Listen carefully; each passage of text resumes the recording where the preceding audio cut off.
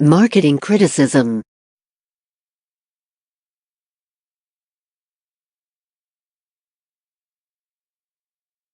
Let's address some commonly heard criticisms of the business of marketing. The one I hear a lot is that marketers create needs that nobody needs. Human needs for food, clothing, safety, and procreation cannot be created. They are inherent in being human. Existing products only fulfill these needs, to a better or worse effect, based on individual income. Another popular criticism is that marketers get people to buy what they don't want. The last time I checked, the United States is a free country. Nobody forces anyone to buy anything. The exceptions are government-mandated car and health insurance and a variety of building permits. So don't blame private business. In a free country, with free speech, anyone has a right to influence new wants. As demonstrated earlier, the wants are the drivers of continuous wealth creation that benefits the whole society. Also, as we demonstrated earlier, the poor are not getting poorer. They get richer and so do the rich, who get even richer as well. We can debate who gets more of the surplus, but all of us became more affluent in the last 100 and even 50 years due to the creativity of businesses. Also, the definition of poor is highly debatable. If I am making a minimum wage while living with parents, driving their car, and going to college, does it make me poor? By some official statistics, of course. On the other hand, when I get a good job after graduation, do I become instantly rich?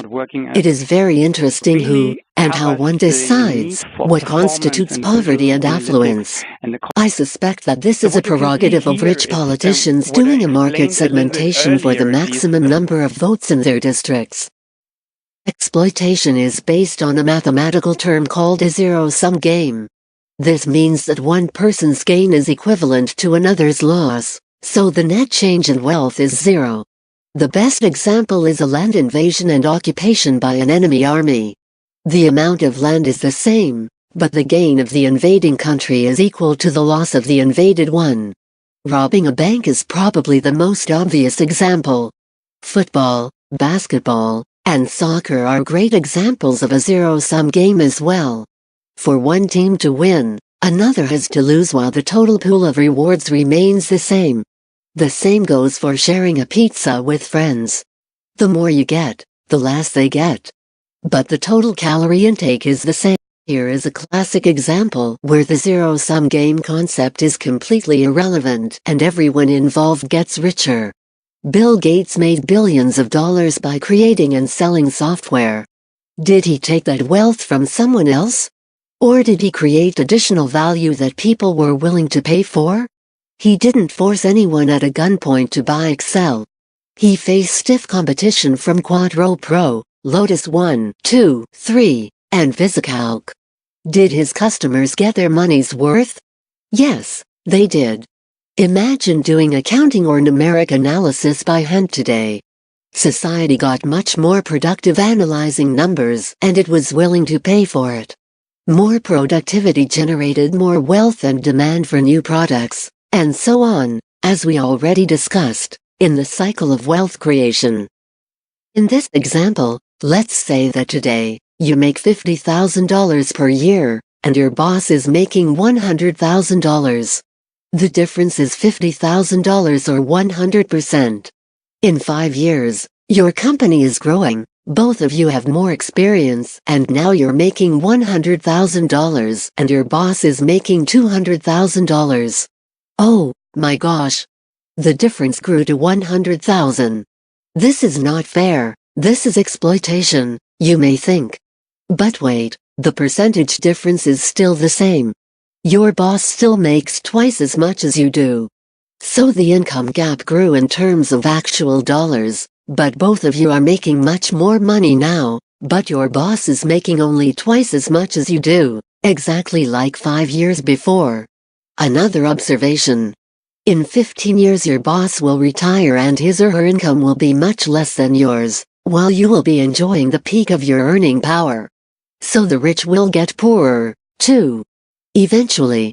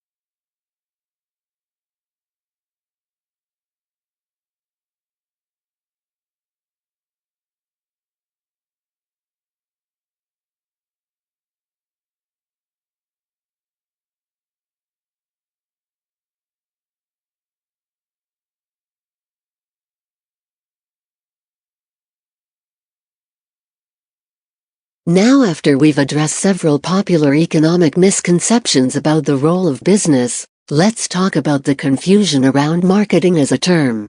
Very often, it is unintentionally confused with the following terms: business, sales, advertising, promotions, public relations, commerce, international trade, inventions, entrepreneurship, economics.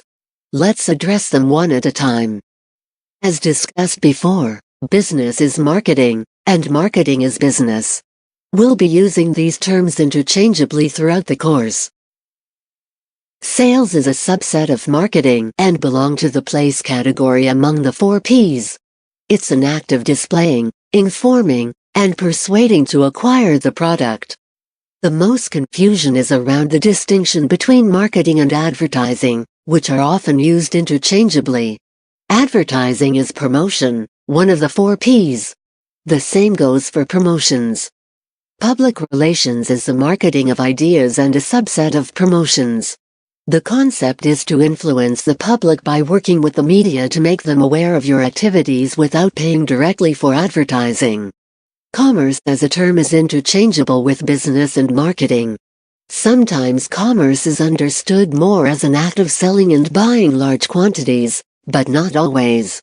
I think commerce sounds more sophisticated than business, so we have the Department of Commerce, and not the Department of Business, or the Department of America. Trade and international trade, same as commerce. Trade, commerce, marketing, business are all interchangeable in the context of this course. Inventions are part of the product category of the 4 Ps definition. Entrepreneurship is interchangeable with the startup phase of any business. Economics deals with production, consumption, and transfer of wealth by the host society, and as such encompasses external factors such as politics, monetary policy, international trade agreements, and taxation, which are beyond the control of a business person. So business is a subset of economics.